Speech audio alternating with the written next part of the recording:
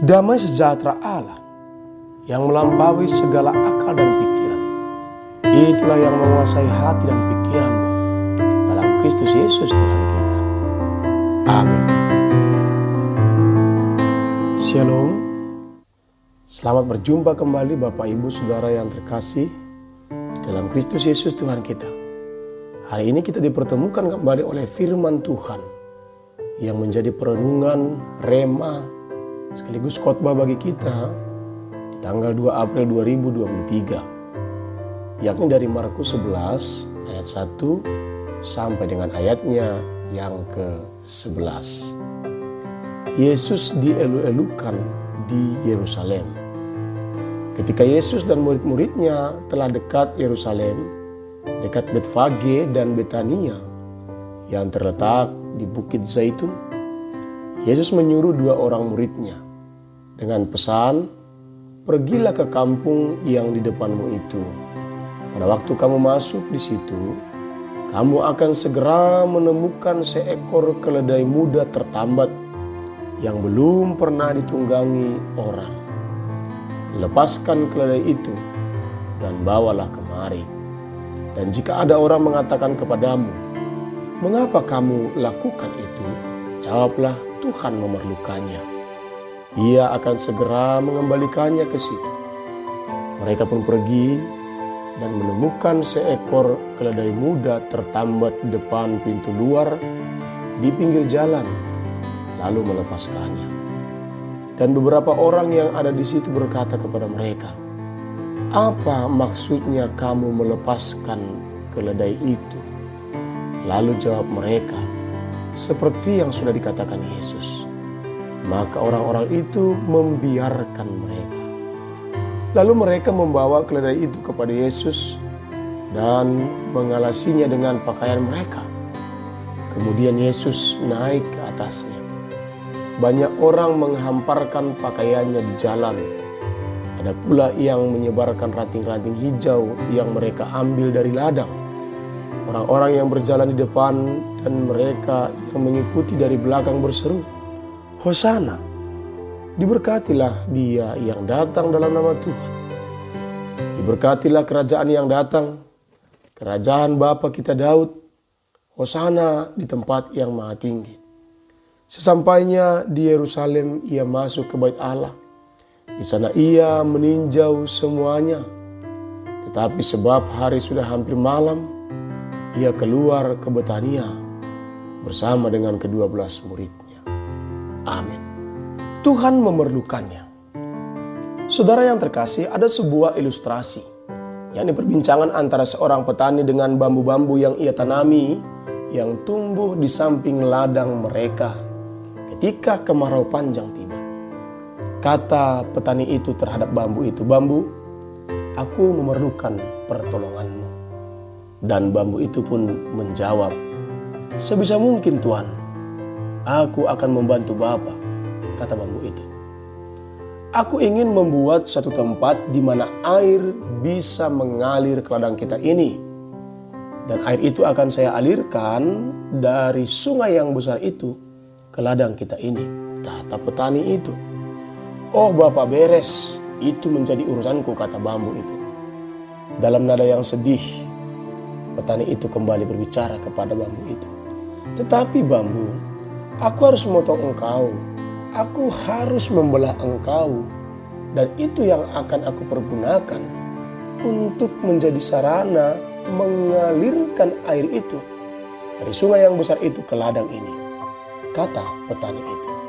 Saudara yang terkasih, jika seandainya kitalah bambu itu, apa yang harus kita lakukan? Apakah kita mengizinkan dengan senang hati petani itu menggunakan kita sebagai alatnya untuk mengairi ladang yang ia punya pada saat kemarau tiba, atau bagaimana? Hampir sama dengan itu, nats firman Tuhan hari ini memperhadapkan kepada sebuah dilema. Ketika Tuhan Yesus memerlukan sesuatu dari kita untuk ia gunakan dalam rangka keperluan pelayanannya, apa yang menjadi respon kita? Apakah kita dalam senang hati menyerahkan apa yang Tuhan butuhkan itu atau bagaimana? Teks firman Tuhan ini adalah seminggu sebelum Yesus disalibkan dan perayaan Paskah akan segera dimulai. Orang-orang banyak datang berbondong-bondong, yakni orang Yahudi ke Yerusalem dari berbagai wilayah Romawi pada saat perayaan Paskah akan segera dimulai. Mengingat bagaimana kelepasan mereka dari tanah Mesir. Banyak orang mendengar dan ingin melihat bagaimana Yesus datang ke sinagoge. Memang Yesus datang, tetapi bukan sebagai seorang raja yang menunggang kuda, tetapi ia sebagai seorang raja yang lemah lembut, penuh dengan damai sejahtera, menaiki anak keledai. Dan dalam perjalanan menuju ke Yerusalem itulah kita menemukan sebuah kisah dengan tema Tuhan memerlukannya. Saudara yang terkasih, ketika Tuhan mengatakan kepada murid-muridnya sebagaimana yang disebutkan di ayatnya yang ketiga. Hambatan yang pertama bukan ketika apa yang diperlukan itu tidak ada, tetapi apa yang ada dalam pikiran murid-murid yang disuruh oleh Tuhan Yesus itu. Bagaimana kira-kira kalau orang lain menuduh para murid-murid itu sebagai seorang pencuri? Apakah ketika mereka mengatakan Tuhan memerlukannya, itu dapat mencegah teriakan maling yang ditujukan kepada mereka? Tetapi apa yang membuat kita bersuka cita dan terinspirasi melalui nats firman Tuhan ini adalah apa yang disebutkan di ayat yang ke-6. Ketika mereka melepaskan tambatan keledai itu dan orang lain itu bertanya atau pemilik keledai itu bertanya ketika melihat mereka, apa maksud kamu melepaskan keledai itu sebagaimana yang dipertanyakan di ayat yang kelima?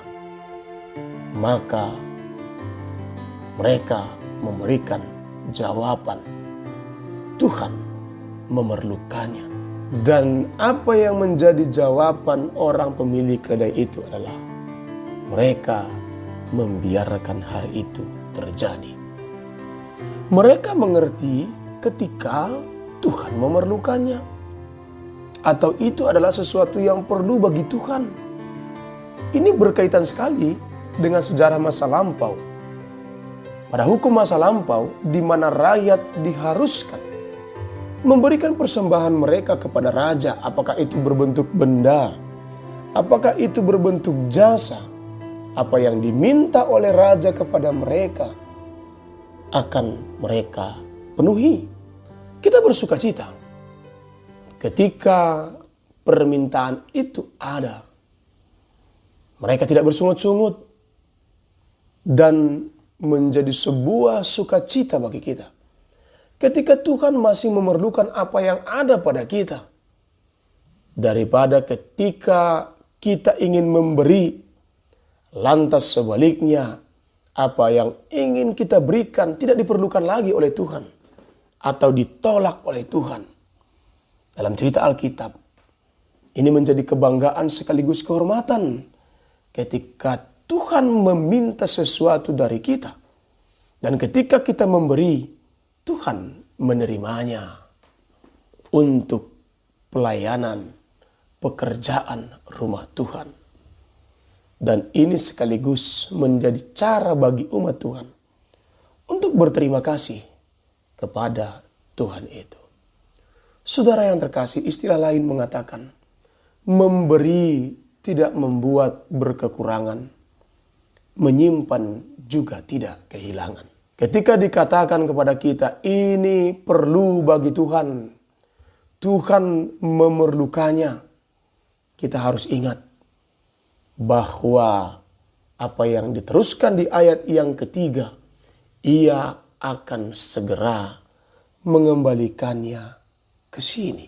Itu makanya ketika kita memberi apa yang ada sama kita kepada Tuhan, harus disertai dengan keikhlasan. Bukan di dalam sungut-sungut, karena janji Tuhan mengatakan kepada kita bahwa Tuhan akan mengembalikannya dengan berlipat ganda. Dikembalikan dalam arti apa yang kita berikan menjadi berkat, berbuah bagi sukacita di dalam kerajaan Allah, dan menjadi arti bagi sesama kita. Bukan seperti pemberian Kain yang ditolak oleh Allah, atau sebagaimana yang terjadi dalam kitab Amos. Allah mengatakan, "Aku benci persembahanmu." Sebagaimana yang disebutkan di dalam Amos 5. Itu disebabkan karena memberi di dalam kesombongan, di dalam bersungut-sungut, dan bukan di dalam kebenaran. Untuk itulah prinsip Alkitab yang seharusnya kita ingat adalah memberi tidak membuat kita berkekurangan, menyimpan juga tidak kehilangan. Kita bisa memberi, tetapi itu tidak membuat kita merasa berkekurangan. Dan di sisi lain, ketika kita memberi dengan ikhlas, maka ketika kita menyimpan juga, kita tidak akan kehilangan. Kita bisa mengingat lemari makan kita. Ketika kita menyimpan makanan di sana, dan lama-kelamaan makanan itu juga tidak bisa kita makan. Karena apa? Karena sudah menjadi basi. Untuk apa kita menyimpan kalau pada akhirnya kita tidak bisa menikmati apa yang kita simpan? Untuk itulah dalam nats firman Tuhan ini, kita diingatkan bahwa memberi sama dengan berinvestasi. Yang namanya investasi, kelak akan segera dicairkan, cepat atau lambat. Sebagaimana yang disebutkan di ayat yang ke-6 ini. Apa yang dikatakan, ketika Tuhan memerlukannya, maka mereka atau orang-orang itu membiarkannya. Saudara yang terkasih, sesungguhnya nats firman Tuhan ini ingin menekankan kepada kita sebuah rencana yang besar. Kalau dalam cerita yang pertama tadi tentang seorang petani dan bambu-bambu yang akan ia potong, petani itu ingin memakai bambu itu menjadi alatnya. Apa kira-kira yang terjadi ketika petani itu tidak bersedia? Ketika bambu itu tidak bersedia untuk dipergunakan oleh petani itu, apakah ladang petani itu akan kering? Dalam teks firman Tuhan ini, kita melihat para murid berdiskusi dengan para pemilik keledai itu. Ketika murid tidak mau dan para pemilik keledai itu tidak mengizinkan keledai mereka diambil oleh Tuhan untuk keperluan Tuhan. Apakah yang terjadi? Apakah Yesus akan menunggang keledai atau harus berjalan kaki? Jawabannya ialah, apabila bulu yang satu, apabila bambu yang satu tidak mau dipakai oleh petani itu, ia akan mengambil bambu yang lain.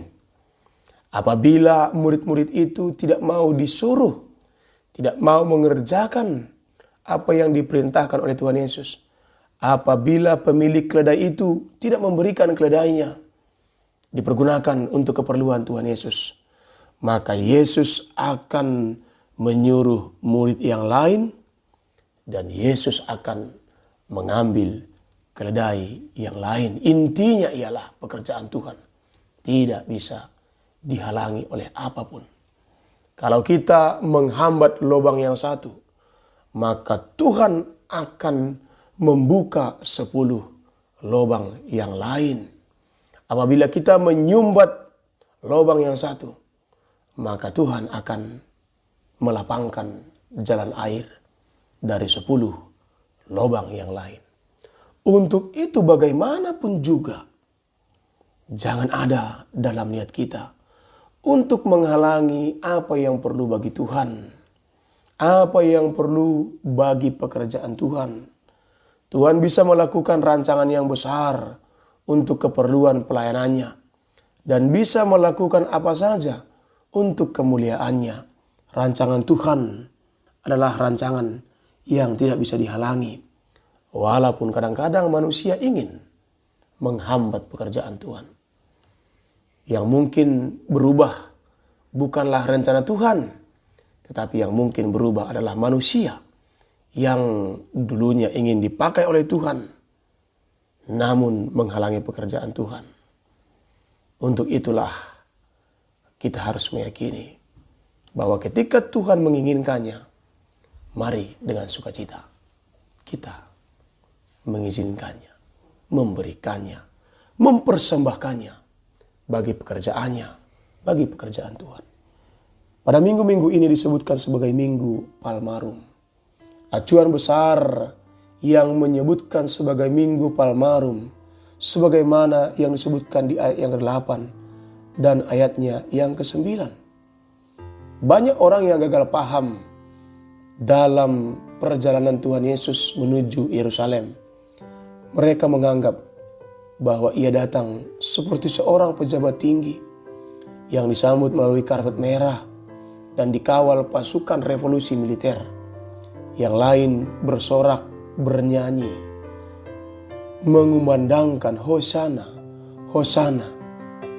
Walaupun apabila kita bandingkan dalam Lukas 19, banyak orang Farisi yang mengatakan, yang melarang murid-murid itu bersorak Hosana. Tetapi sekali lagi kita melihat bahwa rencana Tuhan tidak bisa terhalangi oleh apapun. Karena ketika orang banyak itu melarang murid-murid itu bersorak Hosana, Yesus mengatakan kepada mereka, "Aku berkata kepadamu, seandainya mereka diam, maka batu-batu ini yang akan bersorak." Kita bisa lihat dalam Lukas 19 ayatnya yang ke-40. Sehingga dalam Minggu Palmarum ini Allah akan menggenapi nubuatannya dalam Zakaria 9 ayatnya yang ke-9. Bersukacitalah sebab rencana Allah akan dan telah digenapi. Amin. Tuhan Yesus memberkati kita. Terima kasih ya Tuhan. Terima kasih buat firman kehidupan.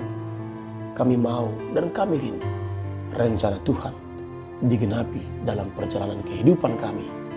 Dan kami ingin rindu Tuhan pakai untuk mendukung rencana keselamatan, untuk kepenuhan nubuatan Tuhan.